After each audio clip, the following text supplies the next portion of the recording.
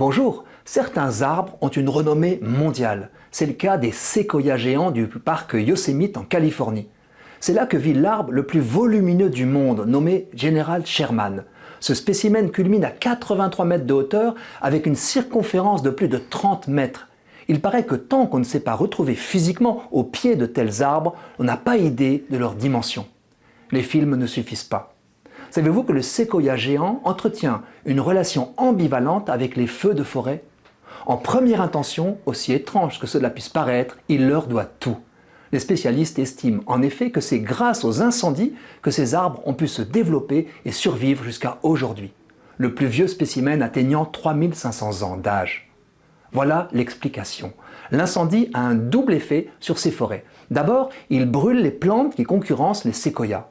Ces derniers disposent en effet d'une écorce épaisse, 30 cm, isolante, presque ignifugée. Les spécimens les plus hauts ne sont atteints par les flammes qu'à leur base et de façon superficielle.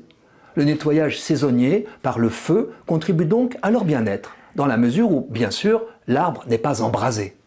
Grâce aux incendies, les racines du séquoia se développent librement au loin, d'autant qu'elles ne plongent qu'à 1 mètre de profondeur. Précisons que les incendies dont nous parlons ne sont pas nécessairement anthropiques, causés par l'homme. Ils surviennent au cours de la saison sèche, après les orages, à cause de la foudre. Comme le chêne-liège, chez nous, le séquoia est classé parmi les plantes pyrophiles, celles qui tirent profit du feu pour se développer, se propager, voire se reproduire. C'est la seconde raison de l'amour de notre séquoia pour le feu. Son cône, bien verrouillé, doit attendre la chaleur intense du feu pour éclater, libérer les graines et les disperser. Vous avez bien entendu, les séquoias géants attendent le feu. La chute de leur reproduction au XXe siècle serait même liée à la raréfaction des feux de forêt à cause des activités humaines.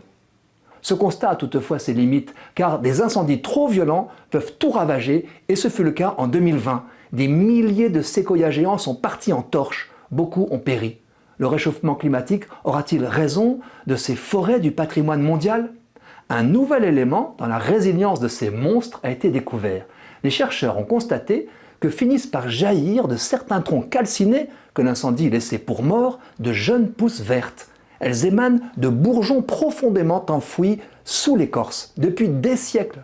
Gorgés de substances nutritives, ils semblent prépositionnés pour faire repartir l'arbre en cas d'incendie sévère. Ainsi s'expliquerait la longévité des spécimens plusieurs fois millénaires. Il y aurait presque de quoi faire sourire en voyant les soins que l'homme apporte aux grands arbres quand passe l'incendie, désherbage à leurs pieds, arrosage de leur base, enveloppement de leurs troncs avec des feuilles d'aluminium.